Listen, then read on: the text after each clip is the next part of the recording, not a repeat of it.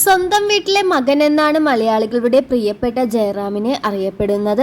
ഒരു കാലത്തും മലയാളികൾ മറന്നു കളയാത്ത രീതിയിലുള്ള ഒരു പിടി നല്ല കഥാപാത്രങ്ങളാണ് ജയറാം ചെയ്തിട്ടുള്ളത്. ജയറാമിന്റെ ഓരോ ചിത്രങ്ങളും ഇപ്പോഴും മലയാളികളുടെ മനസ്സിൽ തങ്ങി നിൽക്കുന്നുണ്ട്. കൂടുതലായും കുടുംബ ചിത്രങ്ങളാണ് ജയറാം അഭിനയിച്ചിട്ടുള്ളത്. ആ ചിത്രങ്ങളെല്ലാം തന്നെ ആരാധകരുടെ മനസ്സിലേക്ക് കയറിപ്പറ്റിയതാണ്. മികച്ച കഥാപാത്രങ്ങൾ മാത്രം നോക്കി തിരഞ്ഞെടുക്കുന്നതിനാൽ ഇപ്പോൾ ജയറാമിനെ അധികമൊന്നും മലയാള സിനിമയിൽ കാണാൻ കഴിയുന്നില്ല. തമിഴ്, തെലുങ്കു എന്നീ ഭാഷകളിലാണ് ഇപ്പോൾ കൂടുതലായും ജയറാം അഭിനയിക്കുന്നത്. അന്യഭാഷകളിൽ ജയറാം ചെയ്ത എല്ലാ പടങ്ങളും വലിയ രീതിയിൽ ഹിറ്റാവുകയും ചെയ്തു.